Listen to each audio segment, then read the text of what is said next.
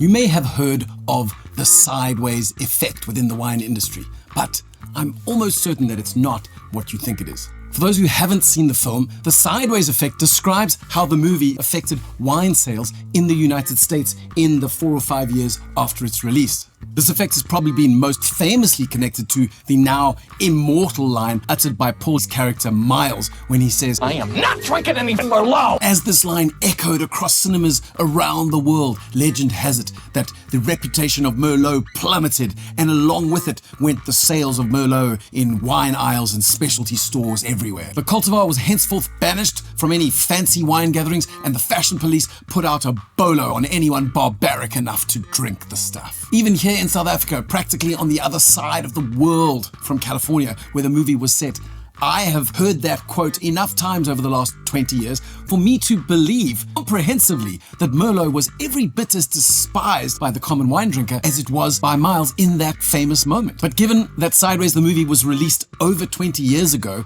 we have a little distance from the scene. The dust has settled. We actually have a little bit of sales data with which we can analyze the sideways effect. And what that data shows is that the sideways effect is not about Merlot at all.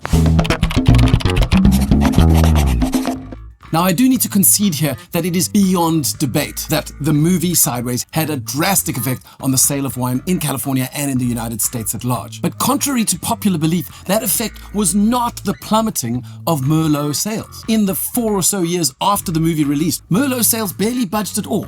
They dropped slightly. The actual sideways effect, you'll be pleased to hear, was really rather positive, because what this film did do is provide an epic boost to Pinot Noir sales. In that same time period from 2005 through to 2008, Pinot Noir sales in the United States were boosted by 16%. So despite all of Miles's obvious hatred for Merlot and that famous moment that has now been repeated for decades, it was actually his really positive love for Pinot and the way that he waxes lyrical about it throughout the entire film that was the lasting impression left on cinema goers and wine drinkers. And I think there's probably a lesson in there for us all. And perhaps as a little parting thought for those of you who love cinematic Easter eggs, in the film, Miles makes absolutely no bones about the fact that his favorite wine is the Chateau Cheval Blanc 1961, which is a little nudge, nudge, wink, wink joke for Bordeaux fans because Chateau Cheval Blanc 1961 is almost half Merlot. So if you've ever watched Sideways and felt sorry for Merlot, well, you need to do so no longer. In fact, it may comfort you further to know that Merlot is very close to being the most widely planted. I think it's currently second, being the second most widely planted cultivar in the world. And it is the most planted cultivar in France. The reason that we're talking about Merlot is because today's hand drink solo wine of the day is the Van Loggerenberg Break a Leg Merlot, made by the absolutely spectacular winemaker Lukas van Loggerenberg, using fruit from the Helderberg dominantly with portions from Devon Valley, both of which are within the larger Stellenbosch wine district. Winemaker Lukas van Loggerenberg has always been an absolute Loire fanboy, and this is probably why some of his early breakthrough wines all revolved around Cabernet Franc, and that was namely his Breton Cabernet Franc that earned him titles like Tim Atkins Young Winemaker of the Year. But following that, he has done some exceptional work with Syrah, and his Graft Syrah, I would say, is arguably now his most famous wine. If you're looking for a white wine, his Trust Your Gut Chenin Blanc is an essential chapter on the topic of South African Chenin Blanc. All of those wines are absolutely exceptional, but they're also exceedingly hard to get hold of, which brings us to the beauty of the Break a Leg wine range. The Break a Leg wine range was conceived in 2016 when winemaker Lukas van Loggerenberg had borrowed a large sum of money to get his first vintage under his own name into bottle. Unfortunately, during the harvest, he fell and ripped his knee apart and was really not in great shape and in dire need of mending and cash. His friend, David Sardi, recommended that perhaps he just make an easy drinking rosé, to make a bit of extra cash. Of course, being Lukas van Loggerenberg, he accidentally, dramatically over-delivered on quality for what was supposed to be a humble little rosé, and that wine has been one of our favorite rosés for many a year. Following the rosé was then the Break a Leg Chardonnay and today's Break a Leg Merlot. Both of these wines are made in slightly larger quantities, which means that we can get hold of them before they get whipped off to foreign markets. And that's why we have some bottles here with us today. We've mentioned in other videos how Cabernet Franc and Merlot are directly related. And when it comes to tasting this wine, you can see how Cabernet Franc fanboy Lukas van Loggerenberg, with his exceptional experience with the cultivar, has brought some of that spirit and nuance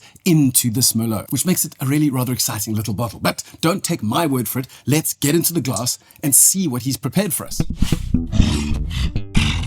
Now, when we give it a sniff, well, what I want to say about it is that it is a classic Merlot nose. But I realize that especially in South Africa, that's a bit of a moving target, because at a point in South Africa, Merlots were earlier harvested, very light, kind of sour cherries, soft tannins, but a little bit weedy.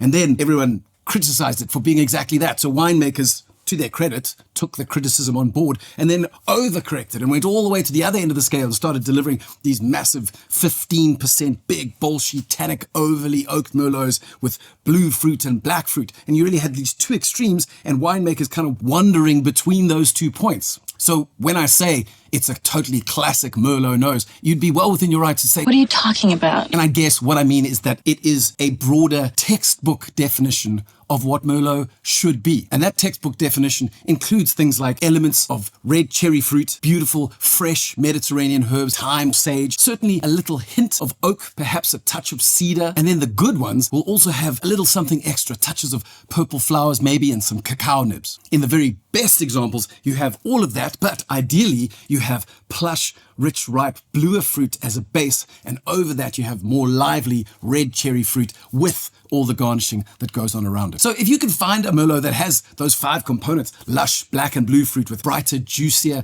red cherry fruit over the top of that, or complicated by elegantly added subtle touches of oak, fresh herbs, and beautiful floral elements, then you have found that textbook definition of what Merlot should be. So when we, again, give this guy a sniff, well, I'd say it delivers on at least 4 out of 5, because you have lovely lush blackcurrant and perhaps blackcurrant fruit pastel, and there is slightly brighter tartar red cherry, all countered by beautiful fresh sprigs of thyme and sage.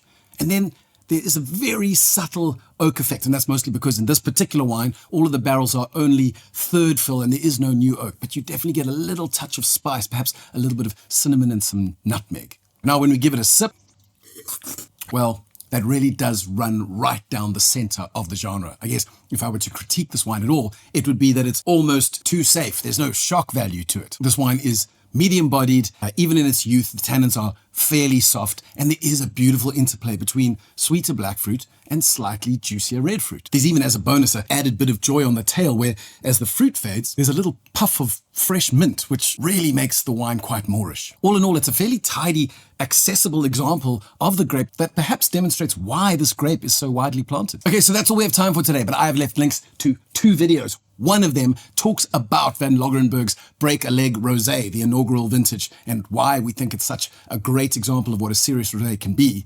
And the second video is about the Vondeling barrel-matured Merlot made by winemaker Matthew Copeland from the wine ward of the Voorpaardberg. And it's also a regular feature in South Africa's top 10 Merlot competition.